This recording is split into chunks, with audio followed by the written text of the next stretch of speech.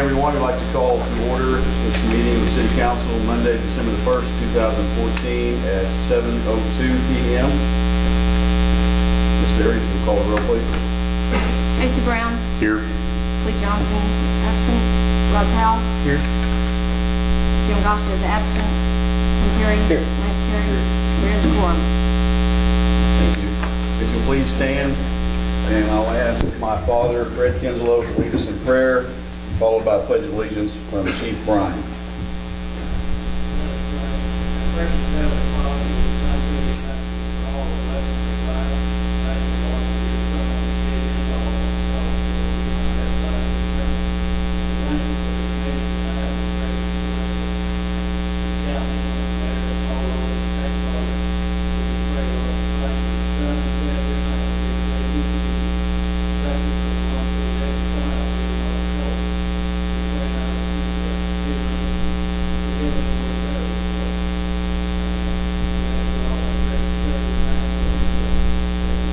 Amen. To the flag of the United States of America and to the republic for which it stands, one nation, under God, indivisible, with liberty and justice for all. You may be seated.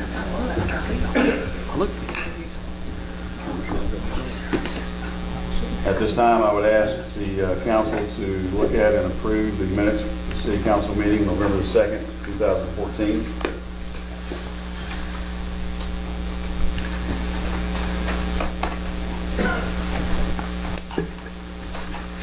I'll make a motion we approve the minutes, Mr. Mayor. Second. We have a motion and a second to approve the minutes. Mr. Brown. Yes. Mr. Powell. Yes. Tim Terry. Yes. Lance Terry. Yes. It's unanimous. Thank you. At this time, we would call for committee reports, and did Joel make it back? He's here. Okay, due to semi-emergency at the park, we're going to ask Mr. Goldstein to step forward first. Thank you, Mr. Mayor, Council, Mr. Hamby, Ms. Berry. On Tuesday, November 18th, the City Council meeting hall, the Parks Commission had a meeting, brief agenda. Item 1 was to change the agenda, adding all committee reports, section to our agenda, that is, any committee that meets within the city to report to the Parks Commission. Second item was review the Parks Department Director interviews, and we began the last week of November, and a special meeting will be held to discuss the results. Well, that special meeting was held today at City Hall, and a meeting was held December 1st, 2014. Richard McKinney was chosen unanimously by the Commission to become the permanent Parks Director of City of Greenwood, starting date to be that of January 2nd, 2015. At this time, I would like the City Council approval for that decision. I'll make a motion. I reviewed that ordinance today, and it sounded to me, it read to me like the council is over the commissioner placement, but the commission is over the employees. So I don't think he needs those. So just So it doesn't. Just want your blessing. Oh, you could, Just no. Just a blessing. he's Courtesy. a great person. Any problems, any questions? You guys want to do a background or anything before? Yes, please. Now, the review did consider 5 applicants for the position. They were reviewed and determined by all the commission members. We had a special meeting today, and questions were asked and discussed, and there was a final approval for Mr. McKinney. Thank you. Thank you. I will say that I got invited to sit in on a couple of those interviews, working myself, and I don't know how you got the job, Richard, but anyway. No, seriously, you had 5 applicants, and they were all, I didn't get to sit in on all of them, but the ones I sat on were very, very commendable. They all did a good job with their interview, and you could pick anybody, but obviously Richard's doing a great job. Congratulate him. And my congratulations and my condolences all at the same time. Kenny Sunday is absent tonight. He called and had a little thing called an abscess tooth, so I said that's probably better to stay home, so he's not here tonight. To give a report, we'll go to SRCA, Ms. Moore. Ms. Moore? Thank you, Council Mayor. Well, the end of November, total meals was 3,135. We did a lot for Thanksgiving. We had 95 people deliver Meals on Wheels, and thanks to Mr. Bill Walker's law firm, they distributed turkeys and a dinner for everybody at the Meals on Wheels. So it was very helpful to the people that couldn't afford to buy the food. And I'd like to thank the city for all the stuff they've done to help out at the center. They really did a lot of work down there, and we have a Chester, he really helped us out a lot.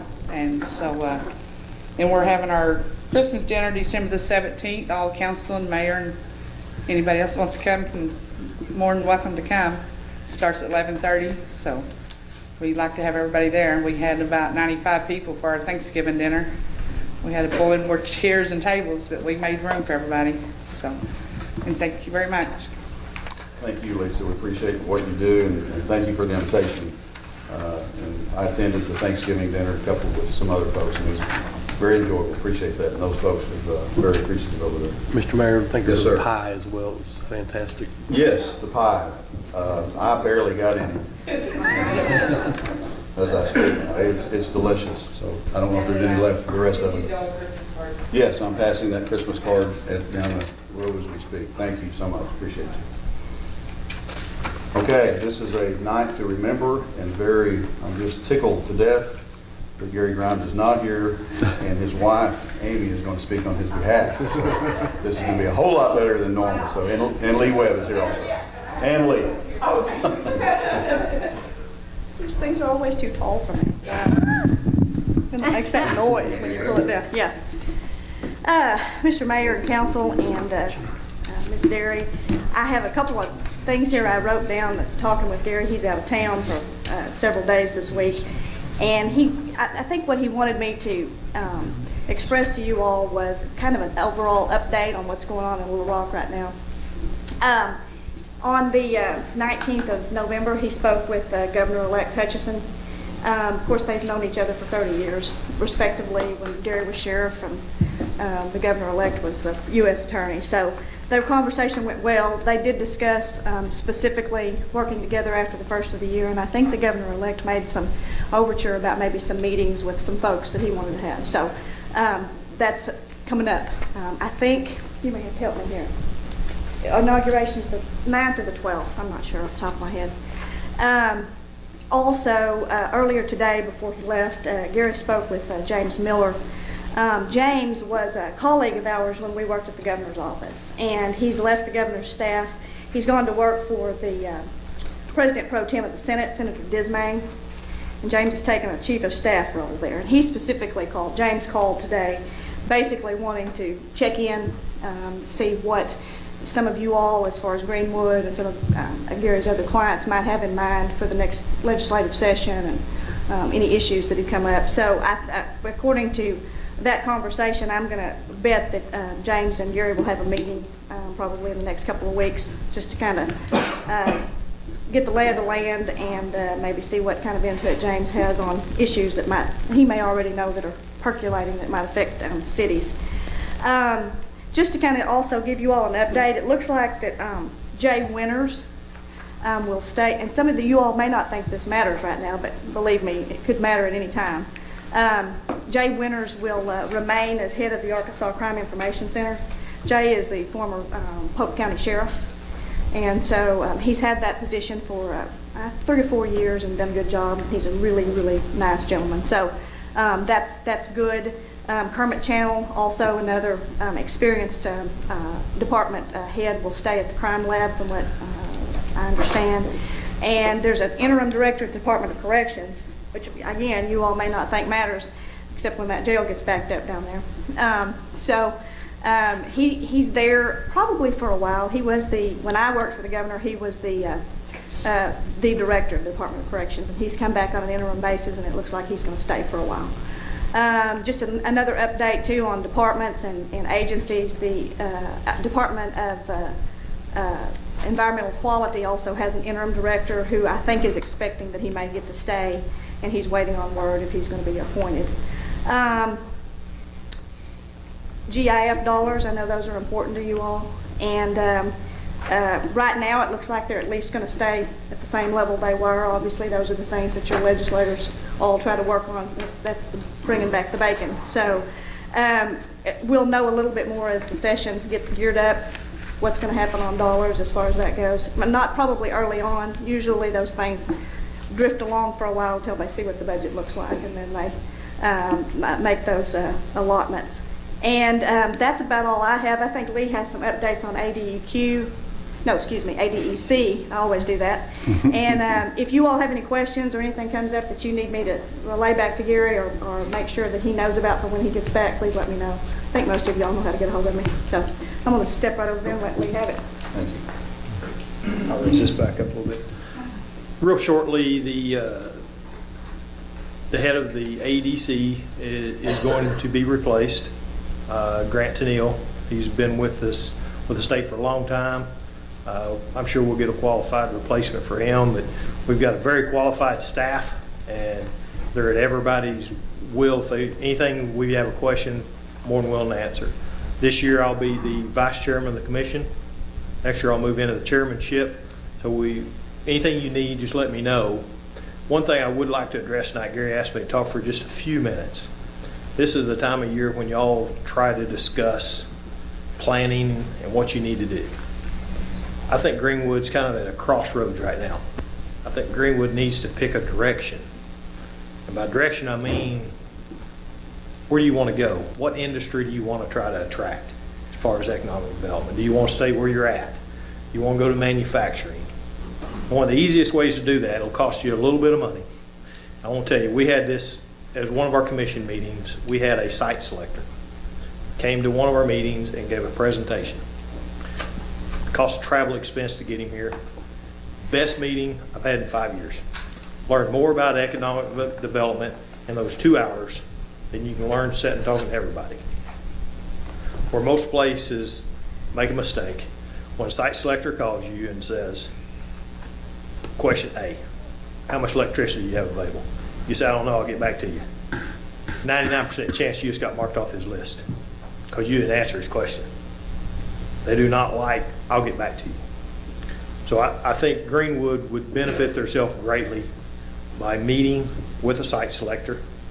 No project in mind, but just to tell you where their guidelines are, what they look for, probably give you a better idea of what your community needs direction-wise than y'all can. Because he can look at your demographics, he can pull up, they already have it on the computer, they know everything about Greenwood. You're not going to tell them anything new they don't know, but they want you to tell them. I can assure you, he'll tell you right up front that he can rule a city in or out of contention without even calling. And I would highly suggest trying to get a site selector, and there's some good ones. Get a hold of staff down there and set up a meeting. They're more than glad to come into communities and help. And we have a very good staff down there that can help too. But I just wish when y'all's making your planning, try to make some plans this year to decide on a direction you want the city to go in. If you got any questions, just give me a call. Lee, do you have any idea what that cost? I mean, you mentioned. I don't know. He did it for us. We was at we were staying in Little Rock at that meeting. That was our January meeting 2 years ago. And basically, we covered his travel and lodging expenses. I don't know what that was, but it was a 2-hour dinner meeting. He put on a presentation.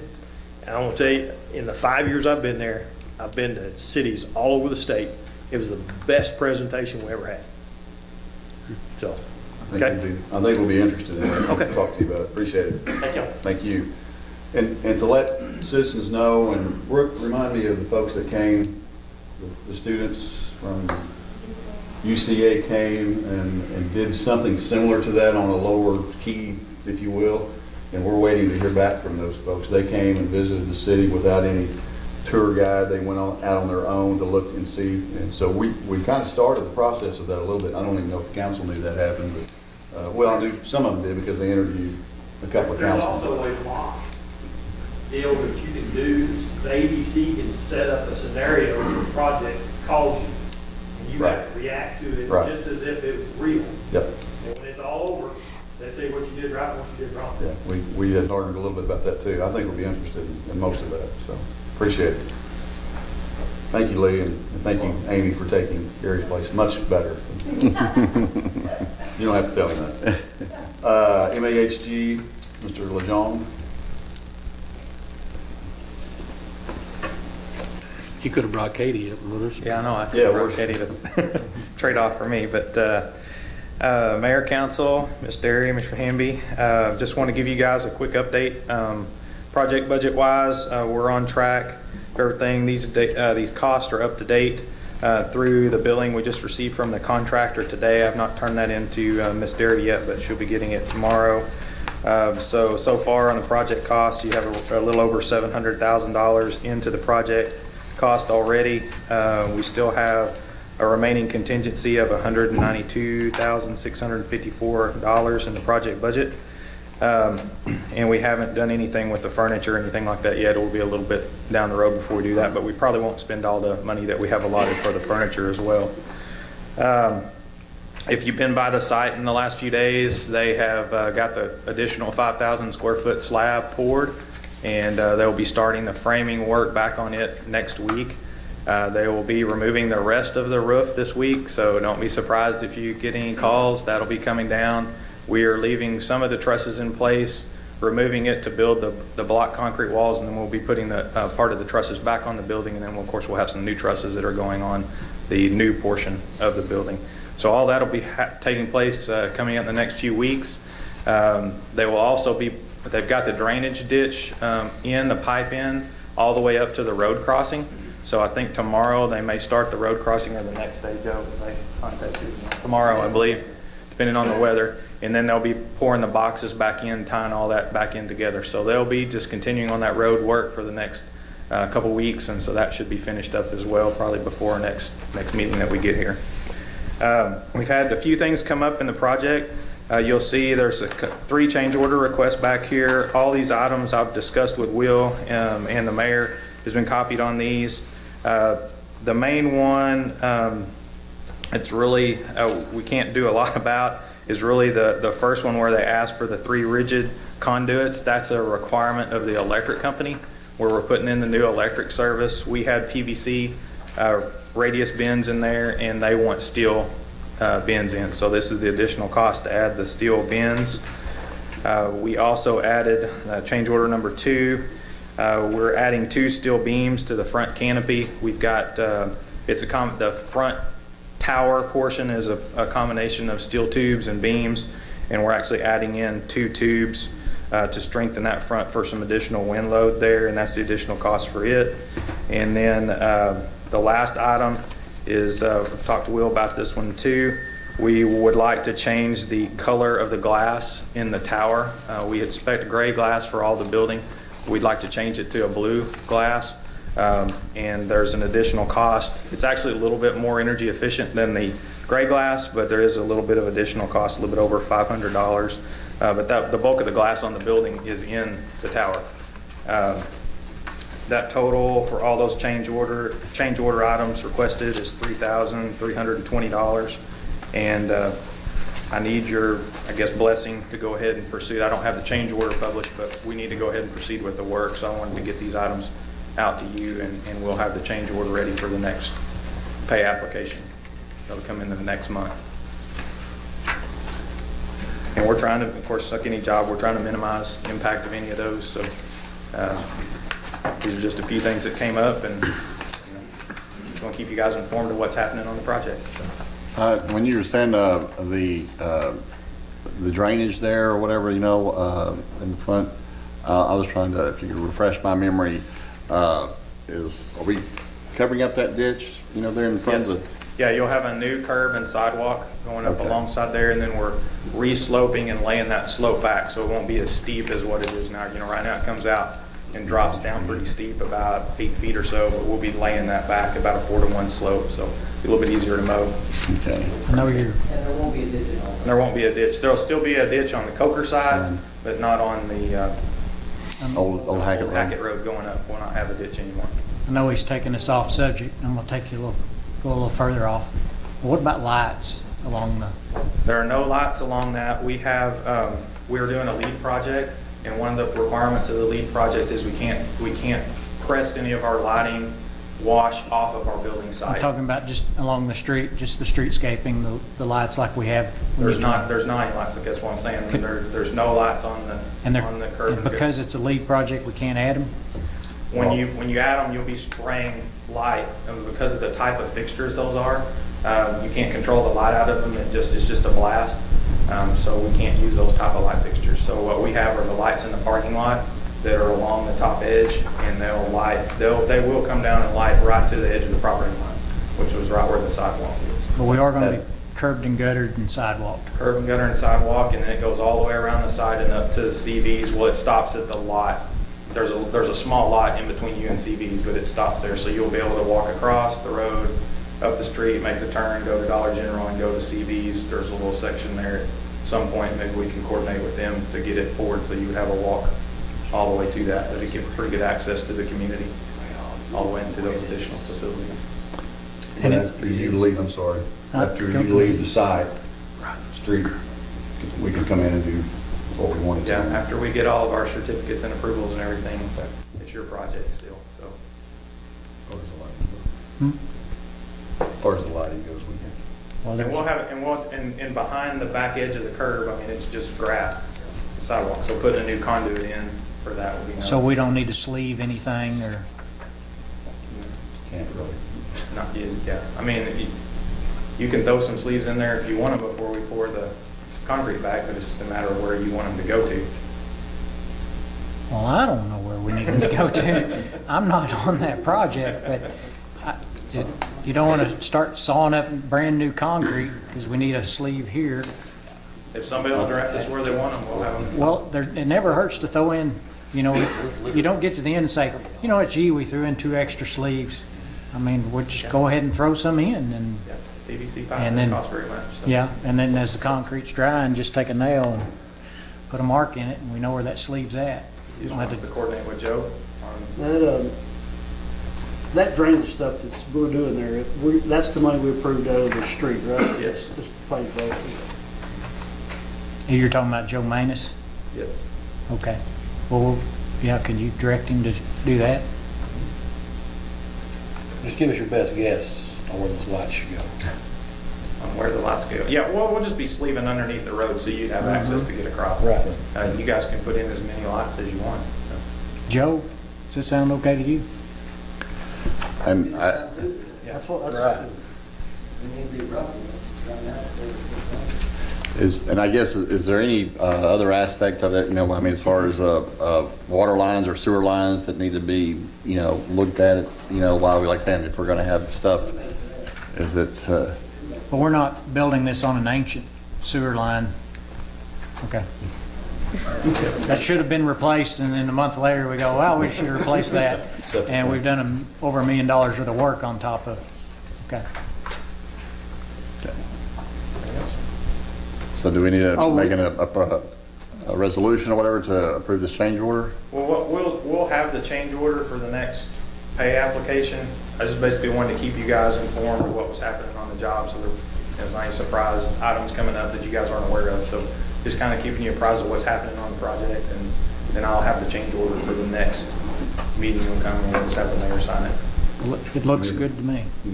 Approve it. Well, it's being paid for by bond, so. Yeah, it's still not a part, it's city still part of the resolution. project, and we're still within budget, so I mean, I don't really know that we need anything approval. It's just more of making, acknowledging that some things are happening, additional work being added to the job. It looks good to me. Thank you, guys. Thank you, Michael. Appreciate it. And Michael, will you always make sure that I get those change orders? Yes, I will. Because I have to keep it on.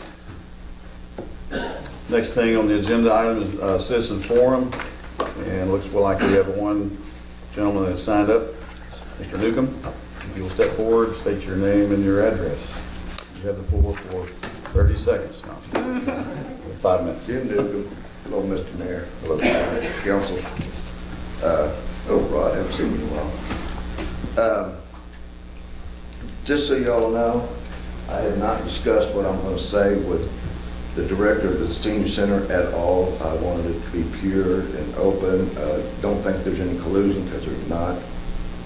Y'all know me better than that.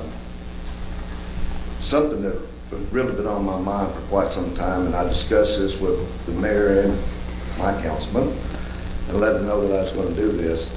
But so, you know, trying to be as above board as possible. But you know, back in '07, we got the $55,000 passed for the Boys and Girls Club. It's one of the best things we ever did for the Boys and Girls Club. Because as a board director out there, I knew how bad it was struggling. A lot of you were sitting on the council when we passed that. I think Rod and both Terry boys were still on it. It's one of the best things we ever did, because the center has absolutely expanded, and they've got to the point where, with the help from the city, they can basically hold their own, even though costs are going up and everything. Something I want you guys to consider. I know it's getting budget season. You know, here it is, 1st of December. The rough draft's supposed to be in. I want you to consider the senior center. You know, we give $55,000. We as a city, we give $55,000 to the Boys and Girls Club. And I really wish you guys would consider upping the Senior Citizen Center allotment $40,000 and making it an equal $55,000. You know, back in, when we were all running for positions, you know, Doug, you came and talked to the center. AC, you talked to him. I talked to him. Big deal. But anyways, we all said we'd like to do more for the center. That's, yeah, Charlotte, you talked to him. Everybody said we'd like to do more for the center. Well, the biggest thing they need is finances. Doug, your dad goes to the center just about every day. And the reason I know that is because my mother goes there every day, just about. And I never really realized how much this center meant to the seniors in this town until, you know, my dad died about this time last year. We moved my mother here. We got her involved in the senior center, and I started realizing what that meant to her. Now, I don't know ages of your parents. I don't know the situations. But I can tell you that Dr. Cruz, the Sparks Clinic here in town, said that senior center was one of the best things that ever happened to my mother, especially after she lost my dad. You know, we come out in the Times record, and I think it was in the Democrat, towards the end of the year, we had $1.4 million left. Well, surely we could find $40,000 for the senior center. I mean, one of the smartest state representatives and state senators that I've ever seen advised me when I was on the council. He said, never forget this, the youth and the seniors. You've got to teach the youth the right direction to go, because someday they're going to be sitting where you are. You've got to take care of the seniors and let them know you appreciate getting this town where it is today. The seniors are why we have what we have today. We need to take care of them equally. That person was Ed Wilkerson. I counseled with him often when I was on the council. But I was pretty good at making mistakes, so I had to have somebody help me out. Yeah, I see you shaking your head, yeah. Somebody else who gave me some good advice, and it was exactly the same advice, it was not in the same conversation. They said, you take care of the youth, you take care of the seniors. Well, at the time, he was a U.S. representative. Now he's our governor-elect, Asa Hutchinson. He believed in taking care of kids. He believed in taking care of the seniors. Don't want to take up any more of your time, but I'm asking you, please consider upping the allotment for the Senior Citizen Center to equal the Boys and Girls Club. That's all I got to say. Thank you, Jim. Appreciate it.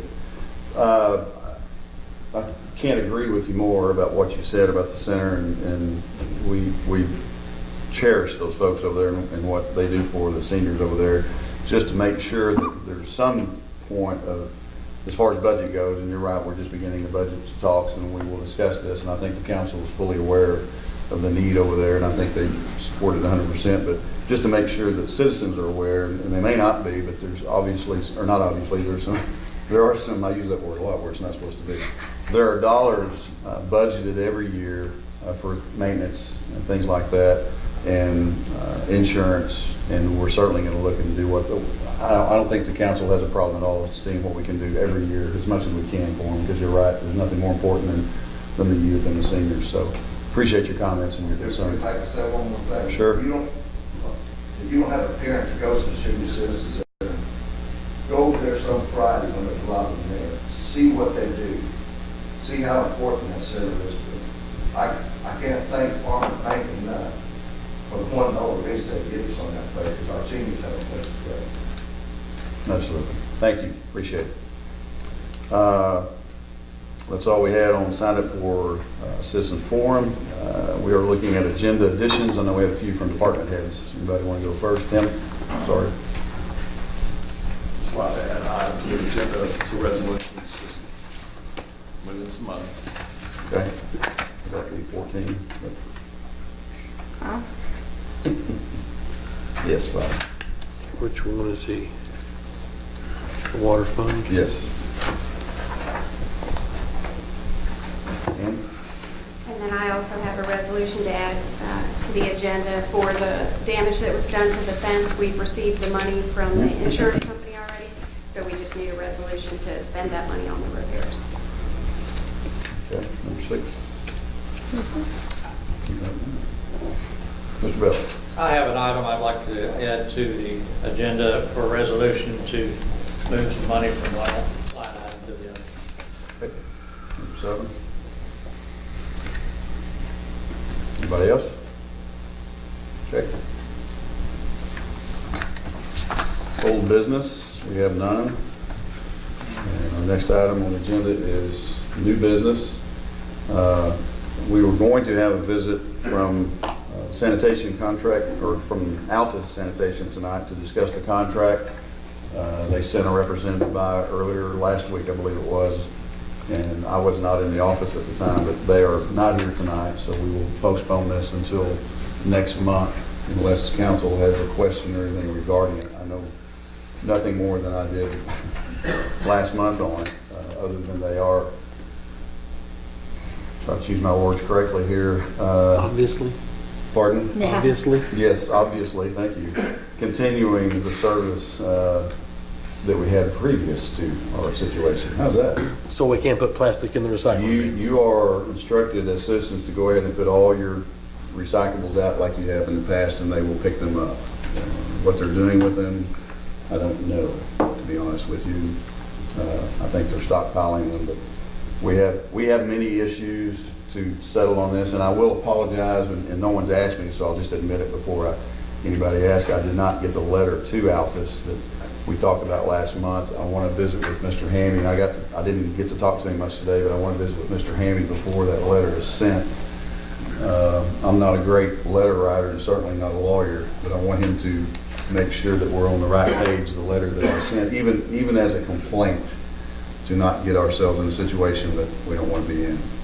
Does that make sense? So I'll get with Mr. Hamby maybe tomorrow or his earliest convenience, and we'll get a complaint letter sent after my reviewing the contract, and a couple other folks. I'm not sure where we are or where they are, to be honest with you. So, but some things have to be fixed. So they will be here next month. We know that for sure.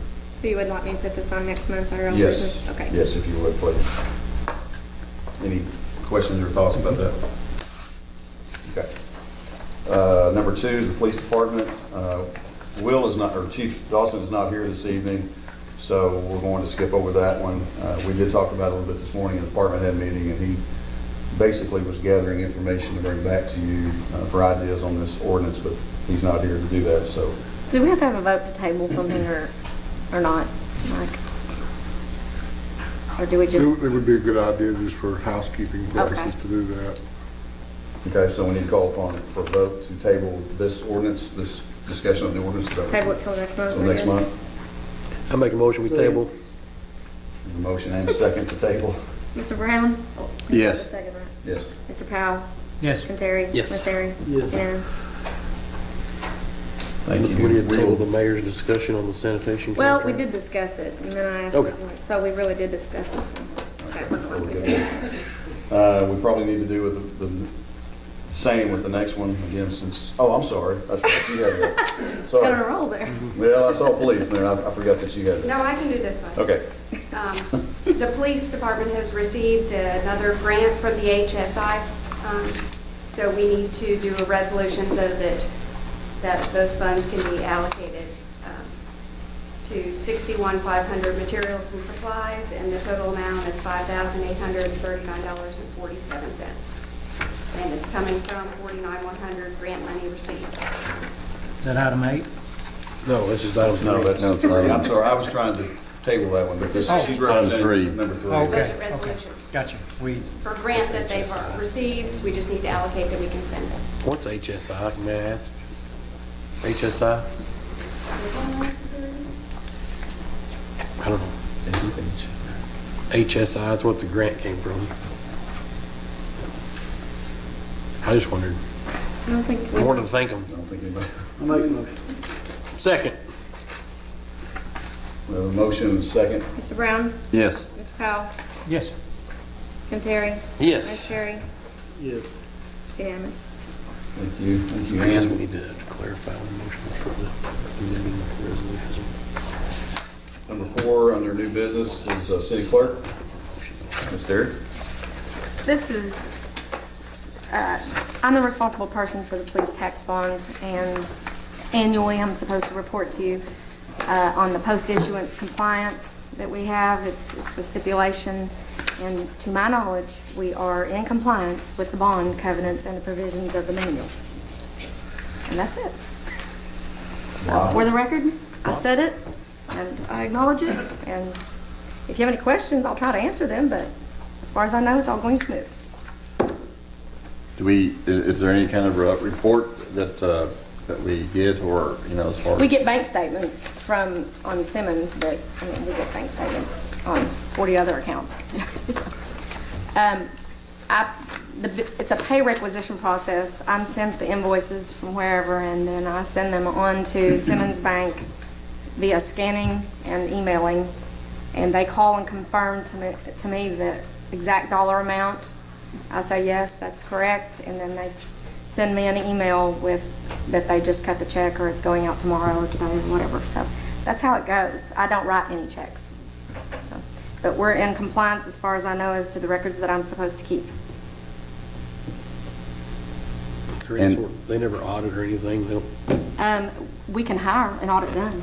I am authorized, actually it says the responsible person is authorized to hire an auditor, but you'd have to spend the money on it. And they would then audit what Simmons is doing with it. And if we have any questions, we have bond counsel, Ryan Bowman, if you want to call him. If you ever have a question, I can call him for you or whatever, get an answer on anything. And I was just wondering on this, that Ann provides in her report, just as far as, the tax dollars received for, that police action, does that kind of give us if we're ahead of the game or, behind or kind of where we stand as far as, collections go? Toward the police tax? Mm-hmm. Isn't that being delineated on that report?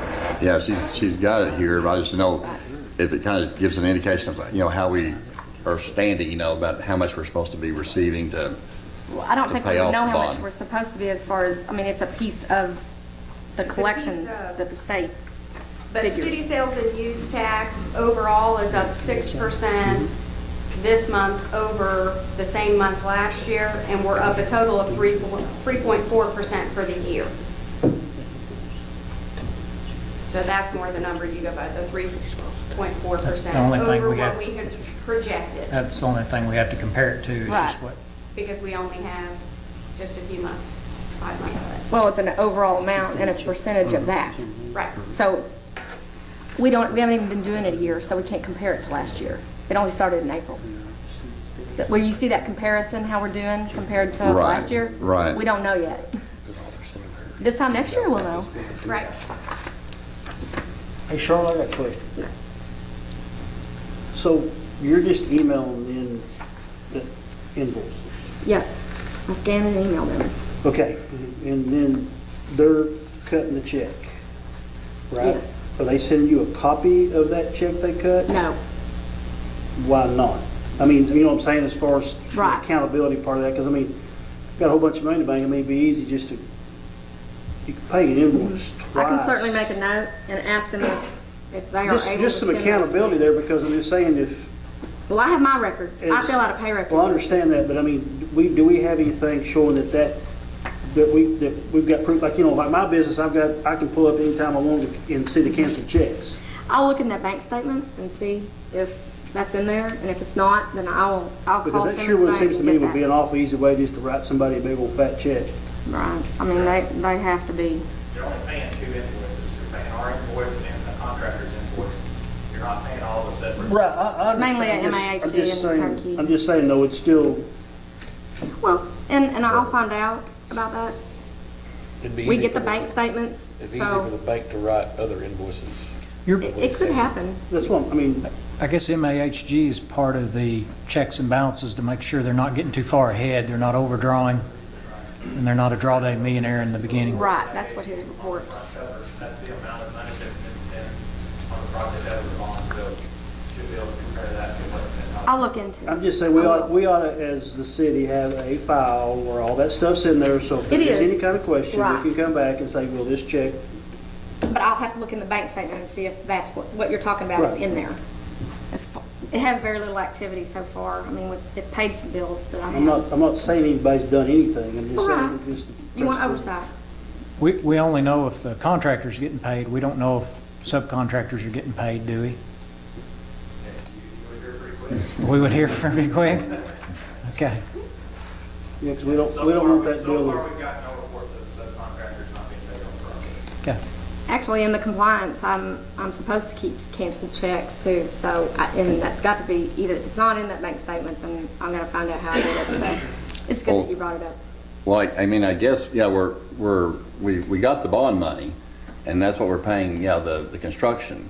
But I mean. Well, we you know, aren't, Simmons Bank is. But yes, but I mean, but then with the sales revenue that we're getting, or the sales tax revenue, we're paying off the bond. No, we are not getting it. Actually, it goes straight to Simmons. It goes straight to Simmons. Yes, we don't see it. All we see is a report from the state showing how much went to their account. And that's the way it was set up. It actually never hits the city. No. State of Arkansas is sending it directly to them. Yes, a direct deposit. But they send us a copy of the check that they send Yeah. to Simmons. I really wasn't aware that it didn't come here and then didn't get repackaged and sent to the bank, to the bonding agency. No, it's directly to them from the That's state. what I'm talking about, we're never seeing it, it's just going straight there, so I mean, if Right. we don't know what's going in or out, I mean. Well, it's them and it's on them. That's what I'm saying, it's on them, but I'm just saying, but in the end, it's the citizen of Greenwood's paying for it. But I'm just saying, we're not buying somebody a Ferrari somewhere. Well, annually, supposedly IRS kind of, taxes are done or some report is done. And I've got to call Ryan Bowman and see if he does it. I mean, he gets paid out of that bond too to do these kind of things. Or, what, but I'm going to make a note to find out about canceled checks, to find out about, how we can be sure that they're not writing more checks than what I'm authorizing them to write. But, I mean, is it safe to assume that this amount that's shown here each month is pretty much is what's being deposited there in Simmons? That's what the state sent us, Okay, letting us know that's what they sent Simmons. okay, great.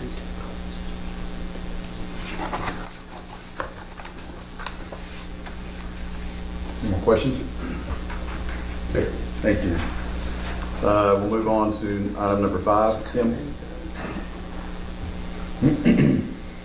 This is a resolution. We hauled in some brass, scrap metal here a while back, $3,700 and change, and about 2 weeks ago, another $500 worth of scrap metal. Our materials and supplies is getting very lean, and we still have bills coming in, and Mike could squeak by, but it kind of makes sense to move this money since it came specifically from the water department into our materials and supplies. We're healthy in most other respects. We've never acclimated. We had to dump our entire brass inventory last year.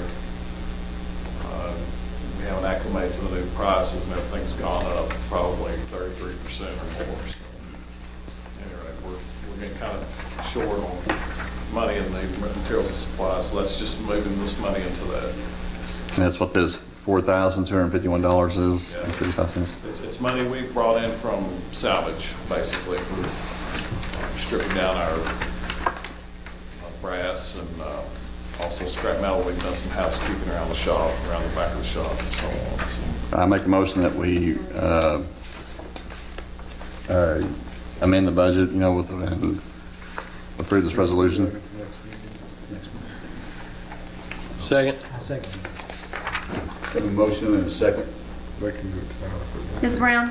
Yes. Mr. Powell? Yes. Tim Terry? Yes. Vice Terry? Unanimous. Thank you, Tim. Next item, Ann. This is, I mentioned, is a resolution. We have received $9,872.62 for the repairs to the fence on the square. And so we just need this resolution to allocate the spending to make the repairs. Make a motion. We I second approve it. the resolution. We have a motion and a second. Pass the resolution. Mr. Brown? Yes. Mr. Powell? Yes. Tim Terry? Yes. Vice Terry? Yes. Unanimous. Thank you, Ann. Now that we've received the money, is there a timeline on when that can get repaired, or? Tomorrow morning, we're starting. Okay, great. You were in a spot if we didn't approve the resolution, weren't you? They were on hold. Do you have them on speed dial? Great. Item number 7, Ms. Bell.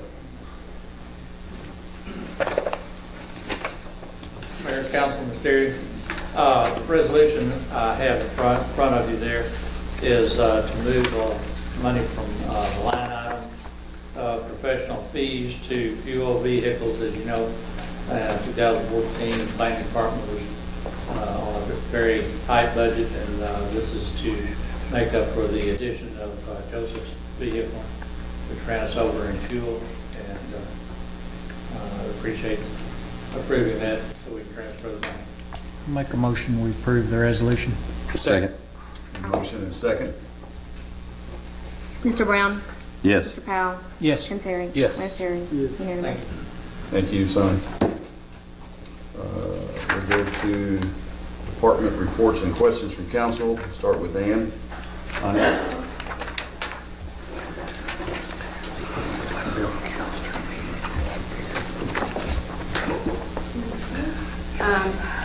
I mentioned earlier, I was going to mention the report about city sales tax being up. County sales tax is also up. It's up 6% this month to the same month last year, and up year-to-date a total of 0.8%. And then Doug and I have also met with each department head and done preliminary budgets, so I'm planning to get all those entered. I should have them back to department heads tomorrow, and so we need to start thinking about scheduling study sessions. Is it, so something like next week? We can be ready next week.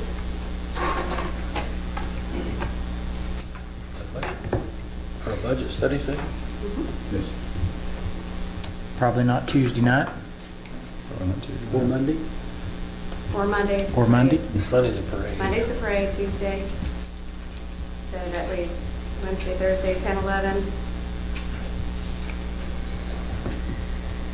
Probably not Wednesday, Thursday. Say Thursday would be probably pretty good for me. Thursday. Thursday. And what time do you guys prefer? 6, 6:30? 6. 6?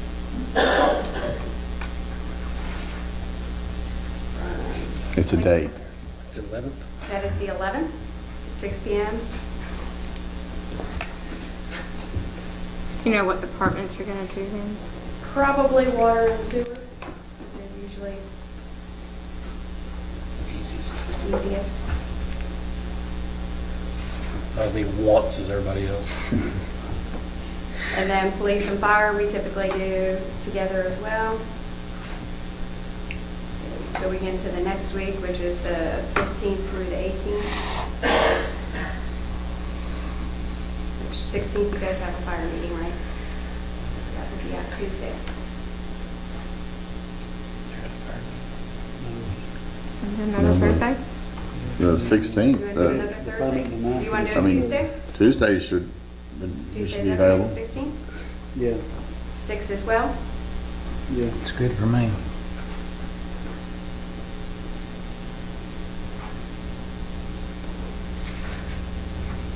And then street and planning. And then we'll do parks in general. So we need 2 more days. 25th? 25th, no. You screwed. I'm busy that day. Or even the 24th. Bunch of in-laws, who cares? We can talk about money.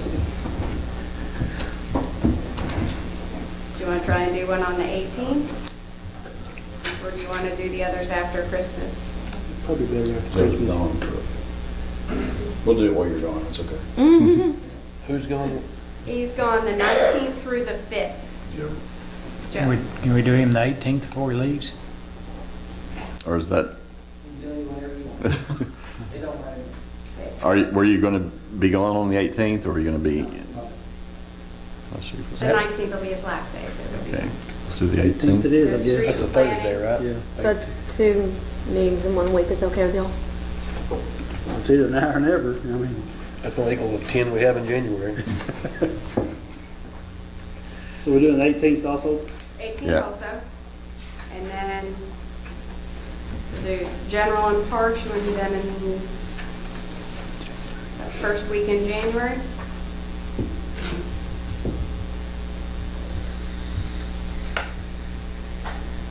Sounds good. I don't know if anybody's going to be in town between Christmas and New Year's, or. Okay, in January it is. Okay. Would you prefer a Tuesday the 6th or Thursday the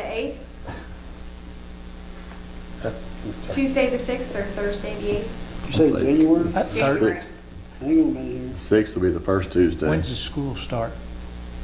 Okay, school starts the 5th, Monday. I'd rather not do it Tuesday, but y'all can, Wanna do y'all don't have to have Thursday me the there. 8th? Okay. I won't be here today. I'll be gone. You want to do it?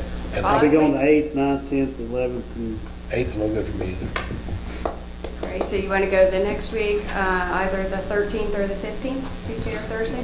Well, the 15th is our municipal 15th league is meeting. municipal league.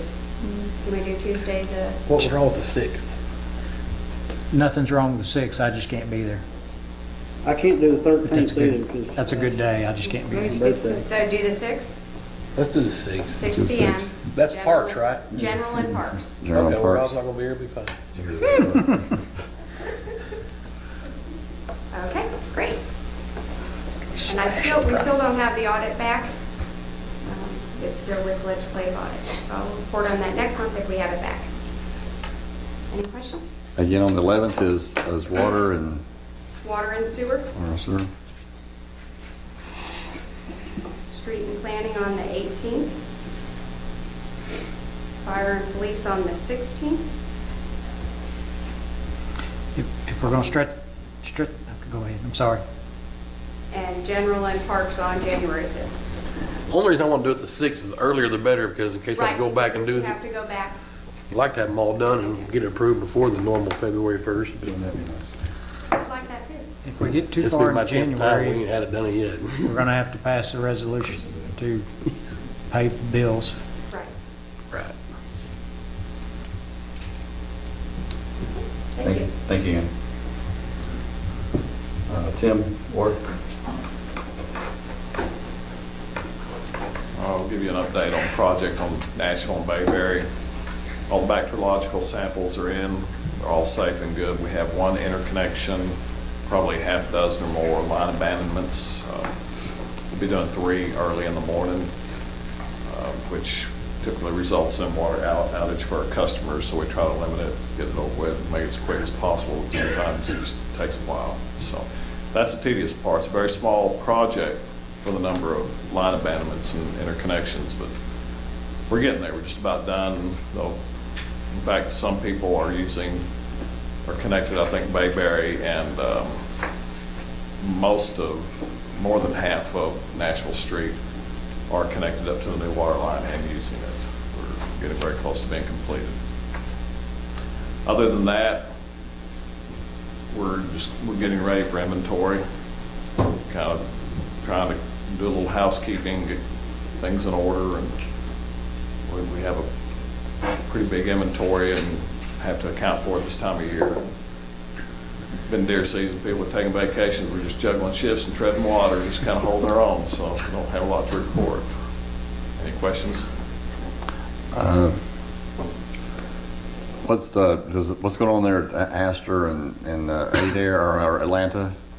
Right there at the old Owens and Oliver, or is that us, or is that just somebody else? Joe. Joe, okay, all right. I don't know, I was wondering myself. We'll wait till Joe gets here then. Okay, thanks, Tim. Thank you, Tim. Greg?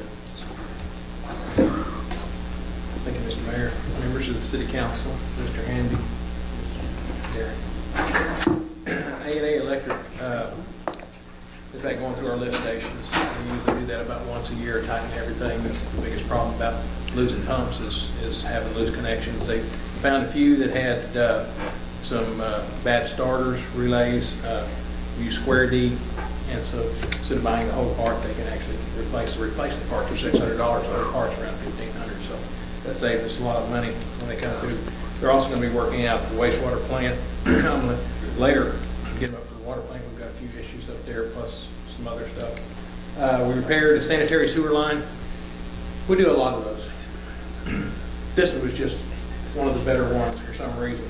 The line was put in evidently in the 60s because the man told me that wire, guide wire for electric pole was installed in 1970, right through the middle of a 6-inch clay line. It only had 2 houses above it, so it didn't have any problems until just recently, and we had an overflow. We checked it. We had to have them tie off the pole while we dug down and fixed it. But anyway, that's just, there's a lot of that stuff out there, but we do a lot of work on it. We've got Corgill Construction spraying some more manholes, do the ones in really, really bad shape. We've got a lot of gases. We just caused a lot of problems. Some of them, we fix all the ones we can. The guys probably go out and on a regular month here in the last 3 or 4 years, fix 10 a month on their own with stuff that we can buy. These are just the ones that are really falling in. And some of these are some of the newer, I say newer, 10-year-old manholes that have just got so much acid erosion in them. Our average flow for November was 807,000 gallons a day, which is, last November was 871. So it's not much more. We treated 24,195,000 gallons of wastewater. In the water plant, water treatment, we've been offered the same pricing. Last year we got offered the same pricing for our chemicals to not have to put it in the paper. He offered me the same price as 2013. I took it. That's okay. Anyway, it saves us putting in the paper. Some of the prices went up on some of the stuff, but he just held it to the line. So that's a good thing. Also, a lot of things people don't realize, chemicals, we try to get them as cheap as you can, but if I can't get them, that's even worse. If I just, some company came out and said, listen, we undercut it by $1,000. That doesn't help me if I can't get the chemicals. And there's a lot of chemicals. We're getting ready to, with help from Tim's crew, install the electric for the Gridby that will go into the ground storage. It took me 8 months to get it okay from the health department. Now it's okay. We're getting the electrical boxes built, and they'll be sent from the solar rig company to us. And we have to run 460 line across the road, and Tim's crew is going to help us do that. There's a few other things going on up there, nothing big. Lake's full. We don't produce a whole lot of water in the winter. Our total combined was 16,892,987 gallons. Is there any questions on it? Okay. Thank you, Greg. Sonny? Mayor, Council, Mr. Jerry, Mr. Hamby. Report for last month, the new construction permits have been real slow for the last month. We do have 2 remodels, 1 commercial, 1 residential. 9 inspections were completed for the month. Preliminary plat for the Burke addition and Harmony Place has been approved by the Planning Commission. The Oaks has several new homes being completed and 2 more planned in the next 60 days. As you can see, I was pretty busy last month attending meetings. One with the mayor and I attended was a regional leadership meeting at UA Fort Smith, and one of the better meetings that I've been to in a while. This was a combination of the regional alliance and the regional leadership group out of Fort Smith. Another one that's on there is called the Wayfinding Committee. I don't know if I've talked to you about that. The Wayfinding is if you've been up to northwest Arkansas and you see the signage, say like if you're going into Rogers or Bentonville, where they will say, downtown Rogers or Walmart headquarters. They're different signs than what you see as a highway sign. They're more custom made, and it gives tourists coming into your town a way to find specific locations, such as in Greenwood's case, it would start at 71 and 10, and it would say, downtown Greenwood, high school, maybe the historical district, the square or something like that. As you get closer, it gets less and less because it's signing you off to one side or the other. Fort Smith, Van Buren, Alma, and Greenwood are attending these meetings to see if it's a possibility that we could all get together and coordinate this for this area here. Like I said, it'd be similar to Northwest Arkansas. They haven't come up with a design specific for this yet. Up there, they spent a tremendous amount of money with advisors and all this, designing a sign. We're lucky we've got Michael Lejean on the committee, so we feel like we can lean on him as far as the design. But it's in its starting phases, and as we get closer and we have something to show you, I'll bring it to you and let you look at it. Just as you're leaving Greenwood, it will also say Fort Smith that way, Mena that way. But the highway department has approved it so that these signs can be put on a state highway like the other signages, but it's more professional and more custom to each individual area. Animal and code enforcement, Joseph had 7 complaints, including tall grass, illegal signs, trash, debris, the typical stuff, cars on blocks, broken down on the street. There's a house at the corner of Deerwood and Ashbury Cove that has been abandoned. We've had more calls after calls on tall grass. Now the fence has fallen down. Dr. Johnson has mentioned this several times.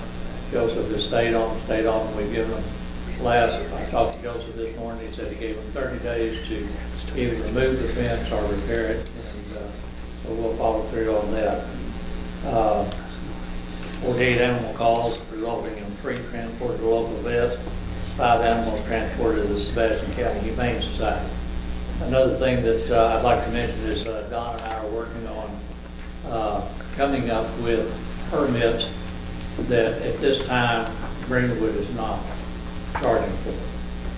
What we're doing, we've gone to Fort Smith and we found their list of permits that they require, and some of them we don't do. Roofs, we don't charge permits for roofs, they do. We don't charge for fence, they don't either, but they charge for driveways and some other things like that. We would like to mirror them as close as possible, but we don't want to overload it either. I mean, I don't know that we want to get into charging a permit for somebody for a driveway. Don't know yet. But we're looking at each one of them on a one-to-one basis, and once we come up with a list that we think is adequate for Greenwood, then we'll take it in front of the planning commission and then bring it in front of you guys. If we don't require a permit for a roof, then the roofs are not getting inspected. That's correct. Same as fences. Yeah, I'd really like to, I really thought we required a permit for a roof. I'd really like to see us require a permit for a roof, because people realize that this is a non-permitted job and I can do whatever I want. And Exactly. that little old lady, she's not gonna crawl up on top of this house and see if I put the flashing back correct. I And can just, windows are another thing. I can just get my money and get out, so. Roofs and windows are something that we're looking at, you know, I- you can get substandard windows installed, and we want to stay on top of that. In the times of chaos from storms and stuff, I would really like, I really think that we would be doing the citizens a service by being able to inspect these things and people not calling us later That's on. one that stands out to me more than anything, the roofs and windows. But like I said, we want to look at it. It's close to Fort Smith, but we don't want to go overboard so that people can say, well, you know, they don't hardly want Fort Smith. Well, and then we also want to post it on the website so that if somebody's looking, you know, one of the frequently asked questions, you know, do I need a permit to put a roof on? Yes, and here's why. You know, or do I need a permit to paint my house? No, and here's why. You know, and things like that, so that people can look on it, look at it, and answer a lot of the questions themselves. But we also want to put on there. I noticed Fort Smith has questions. Can I come in and talk to the building department before I do a project? You know, we want to say yes. You know, that's something that we would want you to do, and whether we permit it or not, we'd like to be able to help the citizens as much as possible using the knowledge that we have. So that's a project we're working on. Like I said, I'll keep you updated on that. Is that another licensure Don's gonna have to get if we go into all that? No. Okay. Sonny, I was wondering on that, is that Frontier MPO, I mean, is that, again, I'm trying to help me refresh my memory, is that the connection with That's the Metropolitan Planning Organization.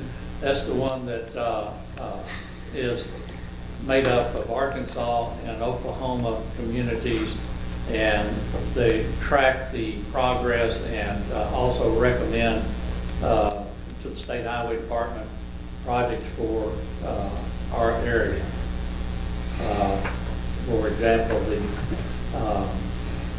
the bypass to around Greenwood. If we ever get that study back, then I will go in front of the MPO and say, this is important to Greenwood, and I want it kept on the chart and follow it, and they will follow that chart all the way to until completion. Right now, we're working on, the bypass from Barling to 71 and following the progress there and making sure that they stay on top of it. It's not something we can make them do, so we can keep the interest there so that they do it.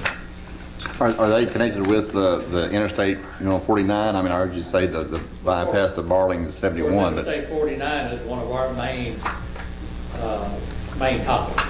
Every time we meet, and this also covers the Arkansas River. It also covers railroad, covers any type of transportation for the area. So we're very involved with the Washington on getting the river dredged out so that we can bring the ocean-going barges up here. We're also, trying to stay on top of the railroad as far as serving Chaffee Crossing.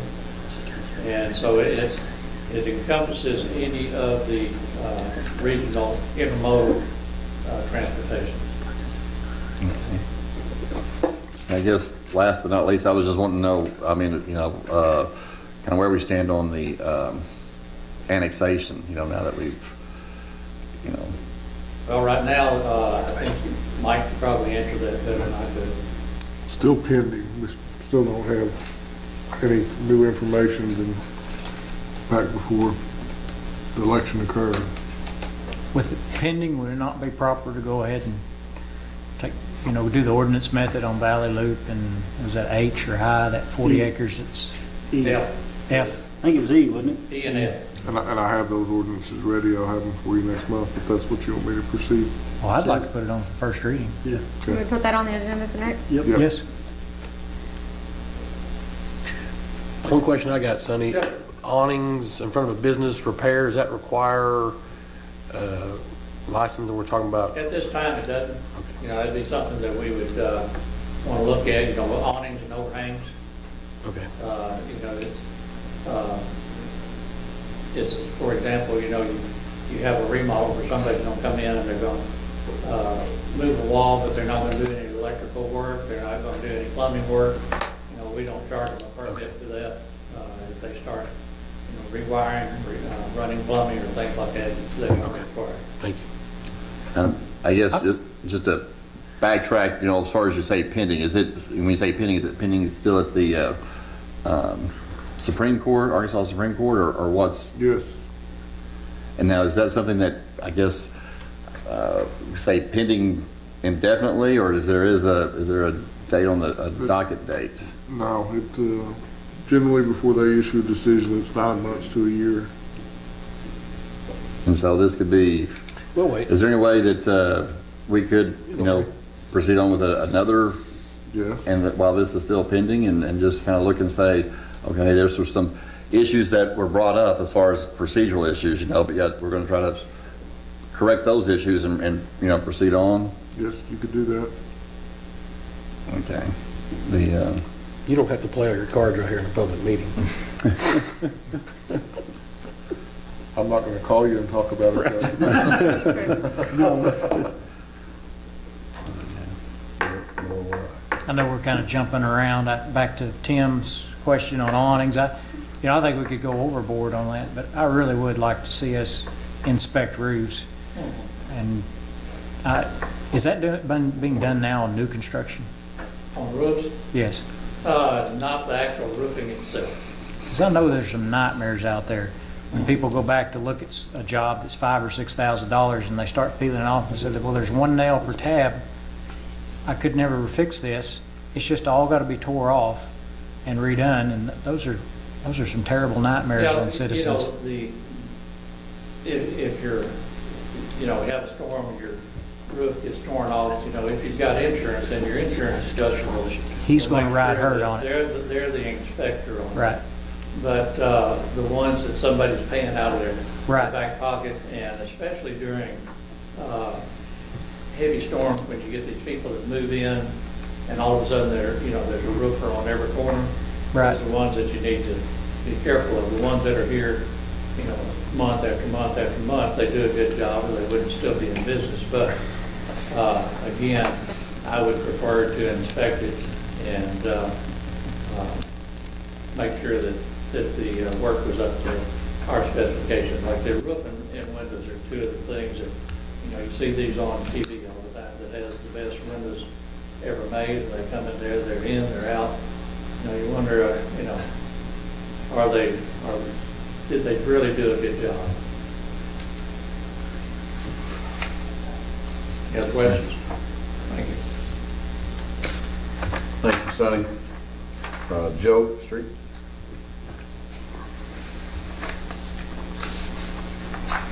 Mayor, Councilman, Terry, Mr. Hamby,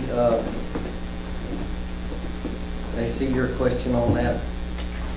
That is an old WPA hand-laid rock storm drain. And it's hard to connect a square to a circle. So we poured the pan, we're gonna form up to pour a box, put a grate on top.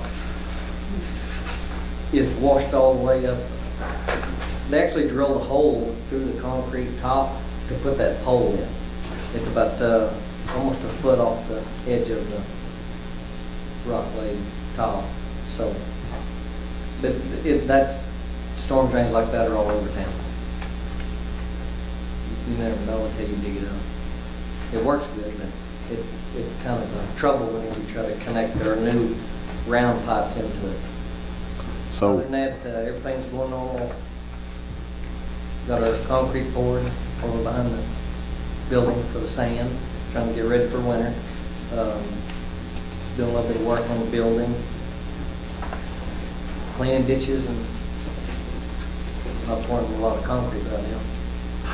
Well, when you say, yeah, the utility company, I guess Greg mentioned the one where the guy wire rod or whatever went through No pole. and yours is the pole, but his was the guy wire, wasn't it? Theirs is the pole going down through the. Well, if it, Do they have to not call 81 or whatever it is, 811 or back in whatever, one call? 1970, I don't think it existed in 1970. But how did if you've got a 10-inch diameter telephone pole that went through a 6-inch sewer line, there's no sewer line left? No, on the street, I'm not sure. Okay. Storm drain. Oh, This is storm a drain. 4-foot wide box. Okay. And it's hand-laid rock. Okay. 4 foot wide, 2.5 foot tall. Okay, I understand. And they drilled, punched a hole in the top and just set a pole in. Come down, holler at me, look it up, look at it. The pole wasn't put in recently. No. What you're saying, what he's saying is that caused the problem. I'm not trying to speak for you, but the pole, maybe I am. The pole was put there, like you said, because you showed it to me, and you Yes. could probably take enough, 2 or 3 guys and move the pole with your hand if you wanted to. So it's damaged. It started collapsing, correct? Is that Yes. why you Started started? undercutting. That whole the thing asphalt. started giving way. It's undercut the I think depths on the. My question for is when are we gonna get it covered up? I think that's really what you were asking, is that, or not? Well, I guess that is, but also you said they're like all over town or whatever, where everywhere, I see. So, But we don't, You don't really know until they until collapse. something it happens. shows it's When is really your, hit. when's your date to get it done, Go. To pour it? Yeah, Well, we were gonna start farming it today, but it's not good to work with concrete and rain. right. They don't mix really well. The weather permitting, we're gonna start farming tomorrow. Let's see.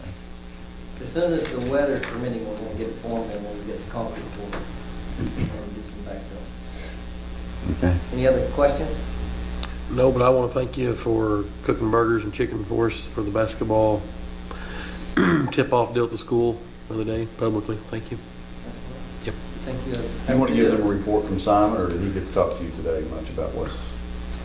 We're meeting in the morning. Oh, there's Simon. Hi, Simon. Yeah, Simon's back here. Simon might want to give a report. We're supposed to meet in the morning, on time striping. He's gonna be back to do some more repairs on the stripes and handicap parking. Okay. I forgot you're here, sorry. Well, I've seen his little car out there. I hadn't seen him. I would just like to say that the streets and Simon and the highway department, I just, again, did a great job. It looks great, and I appreciate y'all's persistent and holding the contractors, feet to the fire so that we got a quality product done. So thanks. And he continues to do that. Yes, sir. You want me to give a report? Sure, if you don't mind. Is that okay with council? Absolutely. Mill right now, we're actually finalizing now. Simon, would you mind coming up here just so we can get you on tape? We'd like to look at it. Ladies and gentlemen, the Abominable Snowman from, I forgot the movie. All right, I'll give you an update on what's going on in the May Street project right now. It's actually coming to the final stages. Tomorrow I'm gonna have time striping out there. We're gonna put in some crosswalks north of the school on the west side of Main, all the way through Bell Park Road. We gotta do some tie-ins where they didn't tie in the stop bars with the double yellow lines and just little issues here and there that they need to correct. They're gonna do that tomorrow. Then on Monday, I'm gonna have grinders here. What they're gonna do is grind the surface to make it smooth. If you notice some of the transition points, we're gonna make those smooth, so it should ride a lot better than what it does right now. That's gonna be Monday. There's gonna be traffic delays because of that. Probably gonna have to do the lane closure, and the flaggers and all that on Monday next week. So we'll be prepared for that. And hopefully it'll be wound down by the end of the month. Completely. But the budget's going good. I think we're coming under budget substantially, so I think the city of Greenwood will probably end up getting a good size return on it. Will that project be done during the day on next Monday, the parade? Yeah, we're working during the day. Well, yeah, well, I'll have it shut down by 4 o'clock because I'm gonna be in the parade myself, so they're gonna be shut down. It's one thing, so. He's At done 4 such o'clock- a good job, we're putting him in the parade. 4 o'clock Monday, they'll be done. If they gotta come back Tuesday, then they'll have to come back Tuesday and finish up. But I think they'll have it all done Monday, hopefully. Thank you, Simon, and he has done an exceptional job of keeping on their stuff. Yes, sir. Are you bowing out? Is that what you're doing? Okay, all right, thank you, sir. Appreciate it.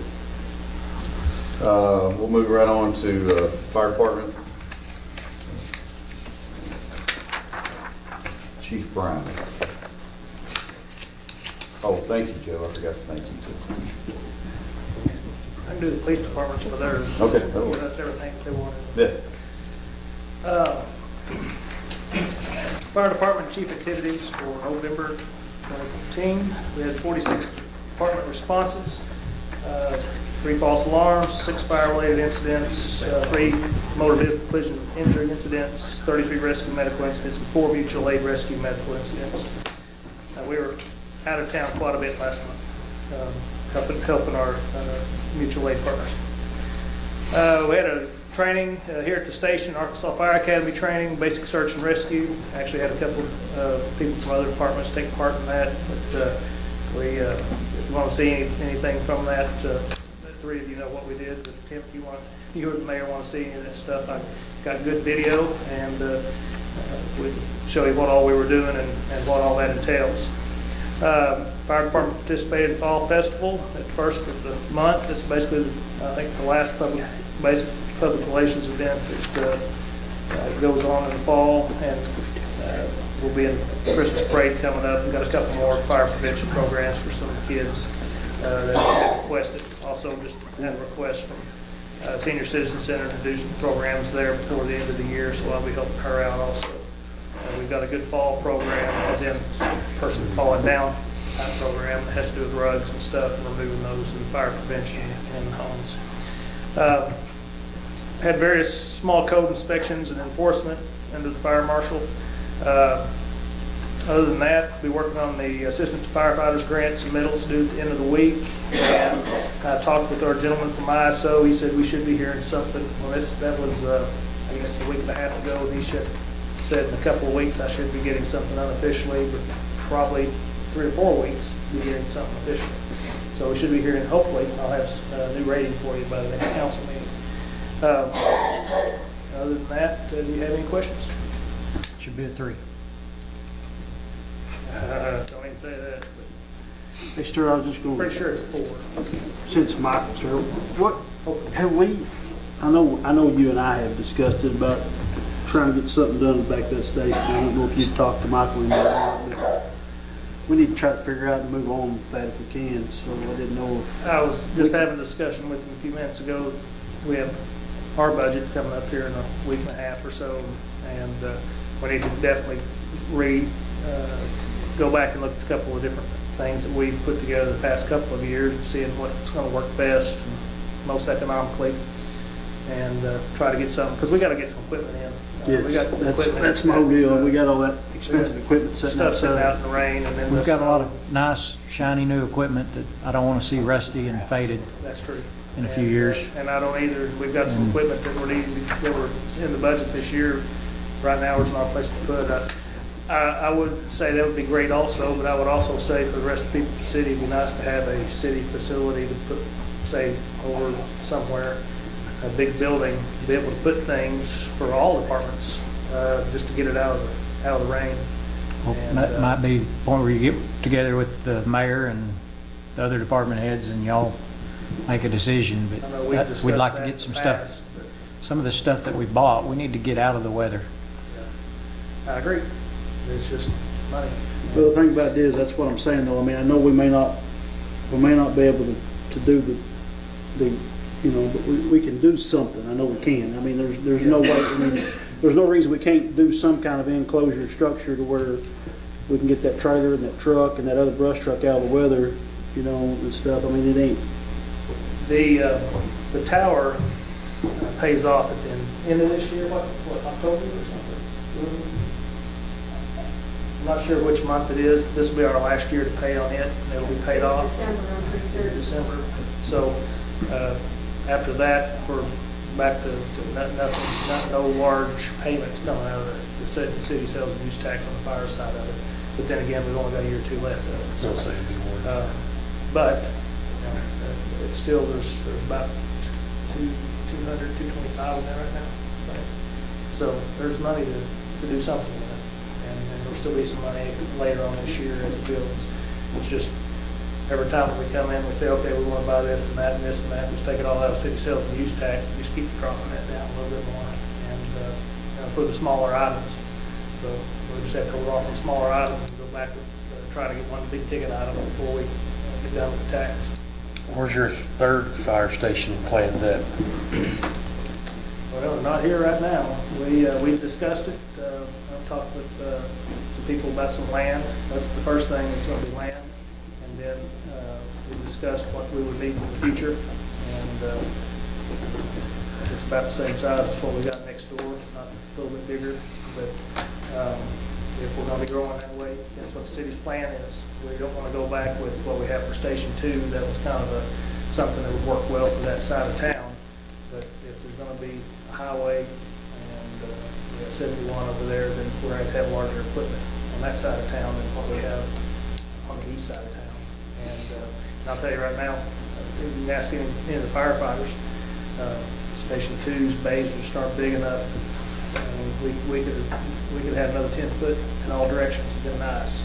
And if that was one of those projects, they said, this is all you got to work with, and work with that money, and that's all you got. And then the lot itself, we used up every bit of that lot. If you go out there and look at the lot, the back concrete goes within 1 foot of the lot line, and the side of it's about 1 foot or 2 away from the lot line too. And so there wasn't any more room, and we'd have to ask for more room if we ever wanted to add on to that, to the bay part of it. But on the interior, our washer extractor's out there now, but we didn't finish out the interior walls and put up walls and put microwaves and all that stuff because we knew that would be a cost we didn't need yet. So the nice thing about that being wide open is half of that is storage for the city, and then the other part we have the washer extractor in there now and drying cabinet, and the guys are being able to clean their gear. And it's coming in pretty handy to have that wide open space. But pretty much showed us how big of a space we're going to need for that washer extractor dry cabinet. We were talking about the plans over here putting in the room. This room we were talking about putting in is not going to be even close to big enough for it. It just takes up a lot of space for that kind of equipment. It's real large. But I'll hopefully have something for you. It's just, I want to move forward on it. I want to get something going. We've talked about it, and we got the blessing here pretty much that we just need to get it going.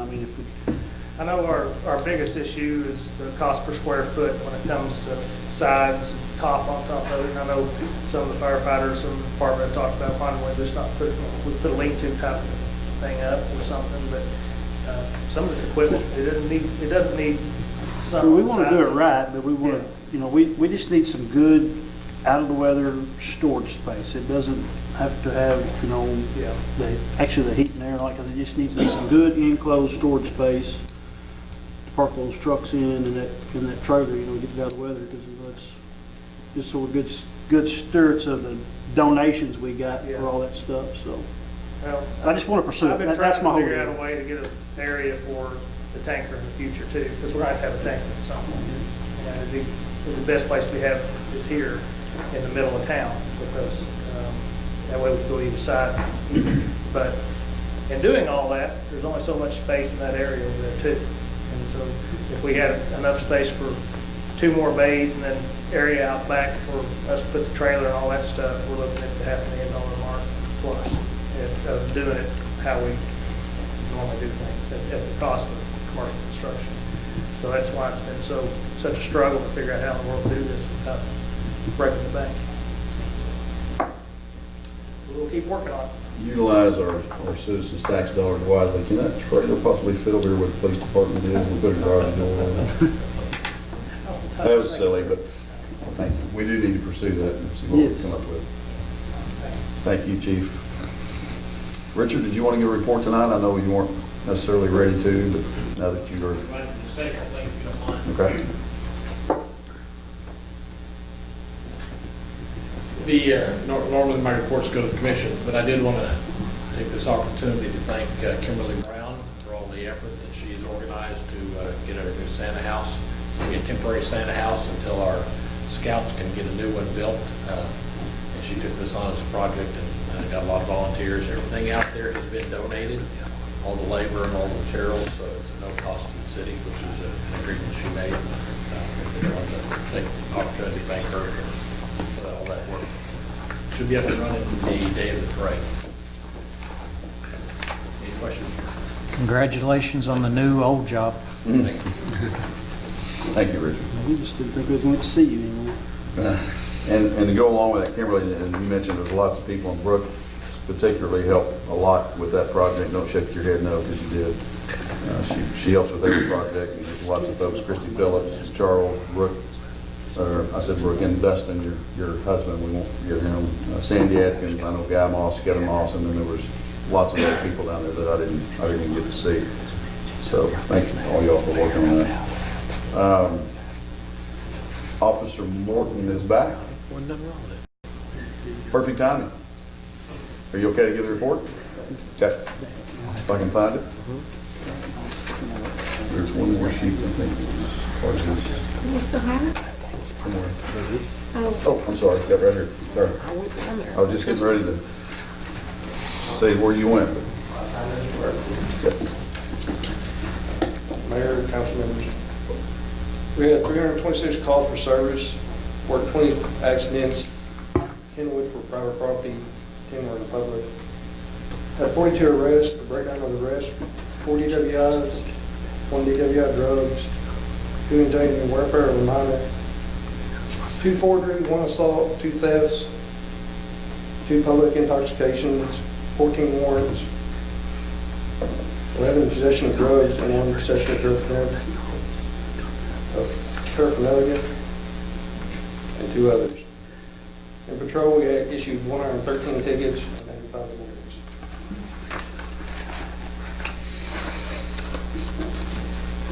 Training for November 2014. Sergeant Pippin and Detective Deere both attended 4 hours of basic SWAT school training for a total of 80 hours. Chief Dawson, Captain Wolford, Lieutenant Driscoll, Lieutenant Hobbs, Sergeant Morgan, Sergeant Davis, Sergeant Pippin, Corporal Hefner, Corporal Stewart, Corporal Reed, and Investor Huguet all attended 6 hours each for leadership training for a total of 66 hours. Lieutenant Driscoll attended 4 hours training with a safe school site inspection.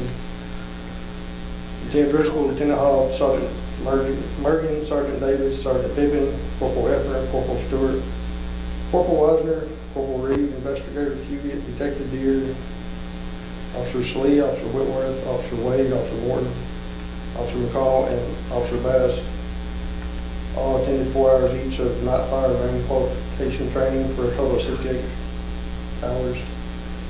Total training hours for November 2014 is 218.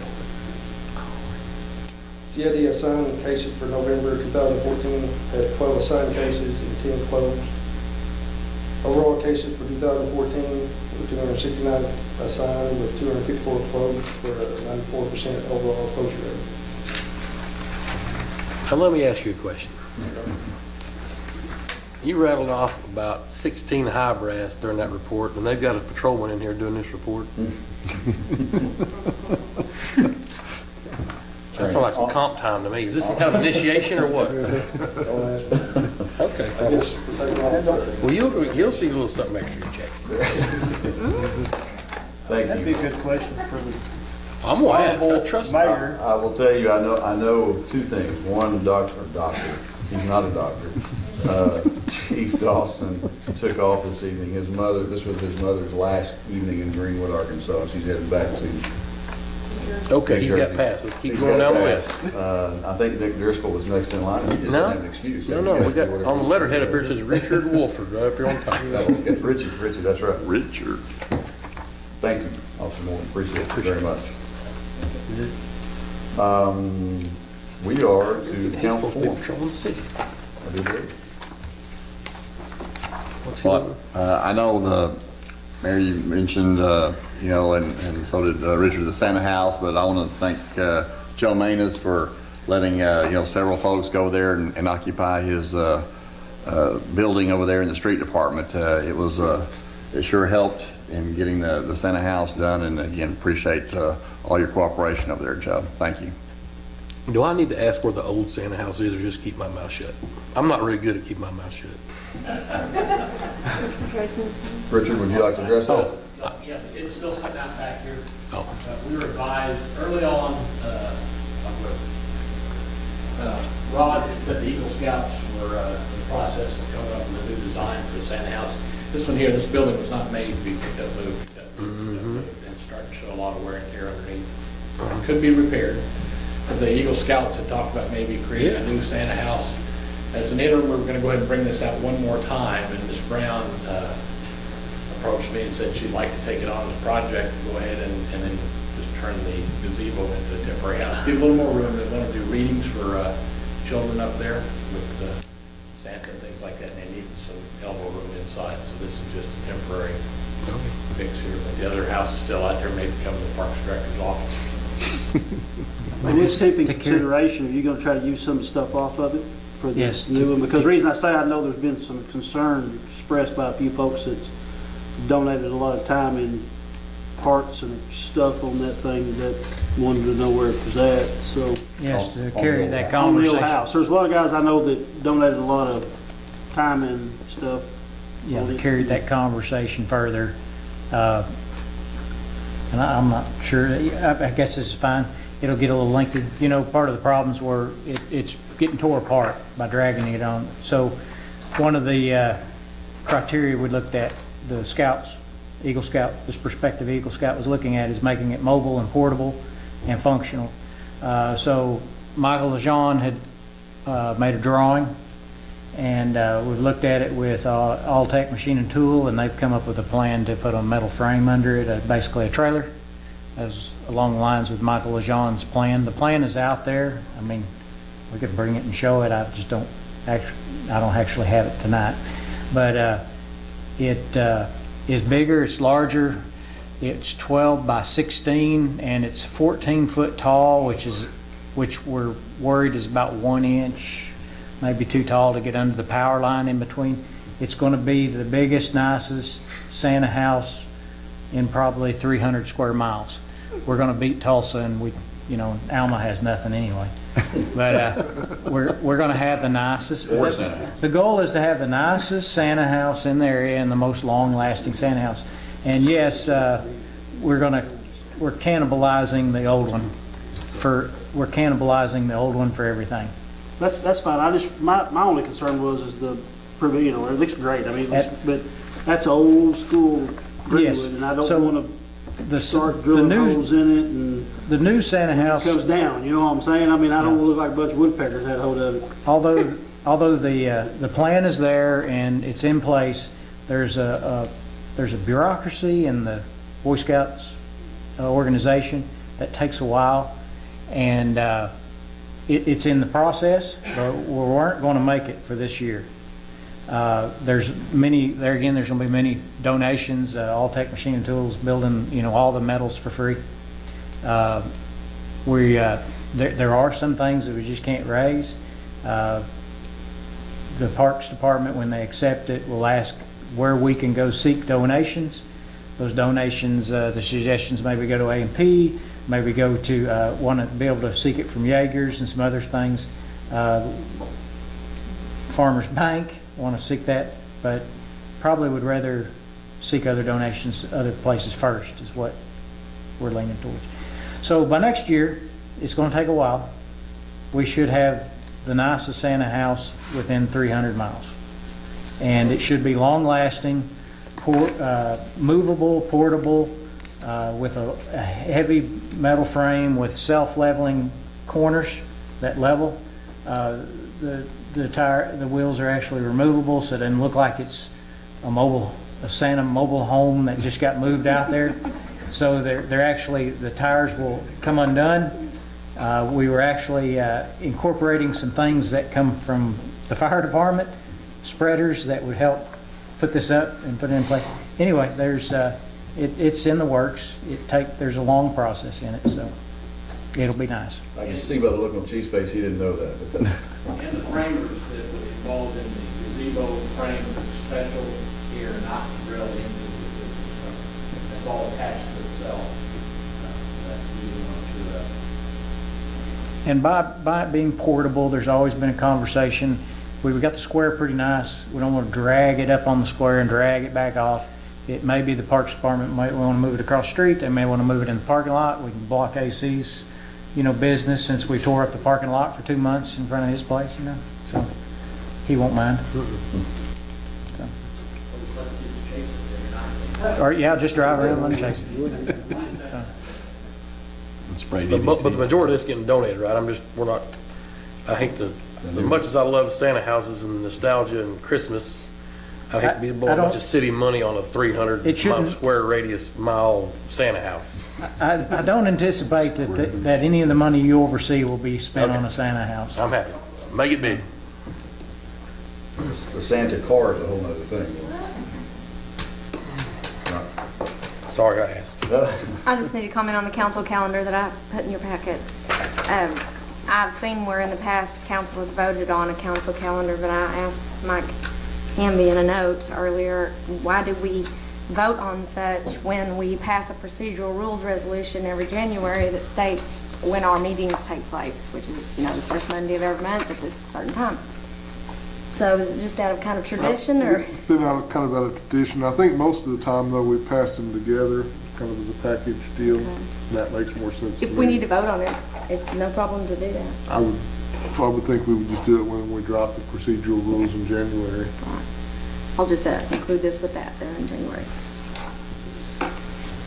Okay, thank you. A couple of things I've got, and again, it's not written down. I'm going to start asking somebody if we can type Mayor Torm on there. We'll probably won't get to do that, but I wanted to say a couple of things. One, and I know Ms. Moore, Lisa Moore, the director at the senior center, has left, and also Mr. Newcomb, but Charlotte, I think, through Ann, did a little research while ago in the middle of the meeting to find out we indeed do. And again, this is not to say the council should not pursue getting more funds for the senior citizens. I don't think there's anything much more important than that. But to make it kind of more clear, I guess, we spend around $25,000 is what I'm correct on insurance and repairs and things like that on the building over there. So we do a little bit more than the $15,000 money that we donate to them. So, although always look for more to do if you can. I know everybody would be willing to do that. The other thing is, I don't have a lot to report as mayor, but I do want to tell you that department heads are working very closely together. I feel very confident that you're going to get a really good budget this year, or to the council. Yeah, they do want things. I know there's some desires and wants and needs, and I think the council would like to see those too. So I think we're working good together. We have good meetings. I feel good about it. Hopefully they do too. I was asked, I get to go do a lot of things, a whole lot of things, as Brooke knows. One of them was had the honor and privilege to go speak to some probably fourth graders, I guess, at a Cub Scout meeting out at Calvary Church out here on Ware Road that burnt down a few years ago, and I got to talk to those kids about they were learning how to be better citizens and good citizens, and what they wanted to know about city government and what the mayor's role is. So I asked Brooke to see my job description, because I really wouldn't know. I knew what I thought I knew, but anyway, I went out there and had some good intentions. We had a really good time. It's a group of kids just really neat, and I will tell you that I was soon found out I was definitely out of my league. A young man held his hand up and just all decked out in his Cub Scout gear, and said, "Sir, I have a question for you." And I said, "Well, yes, sir. I'll be glad to answer if I can." He said, "What's this deal with this Obamacare?"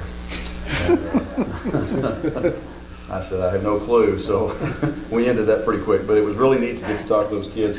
And the Scout program is just amazing. I know for the 7 years I spent as Parks Director, I got to work with those guys closely and with Eagle Scouts. So Richard's got some neat stuff to look forward to working with those, and I appreciate the Scouts very much. The other thing is, I just want to wish you, or hope you had a very happy Thanksgiving, and I hope you spent it with your family. There's nothing more important than family, so continue to do that through the holidays.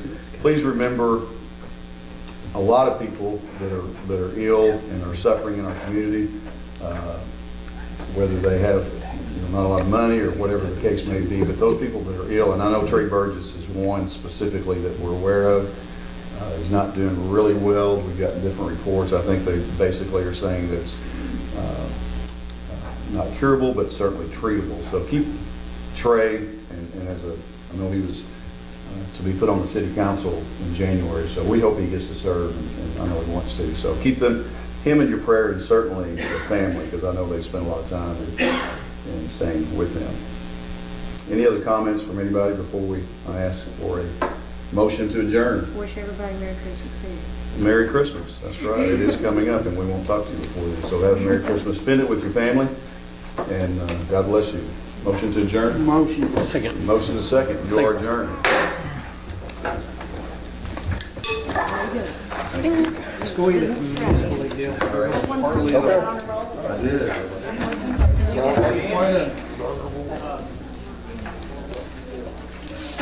But you got me back real quick. On. I got it.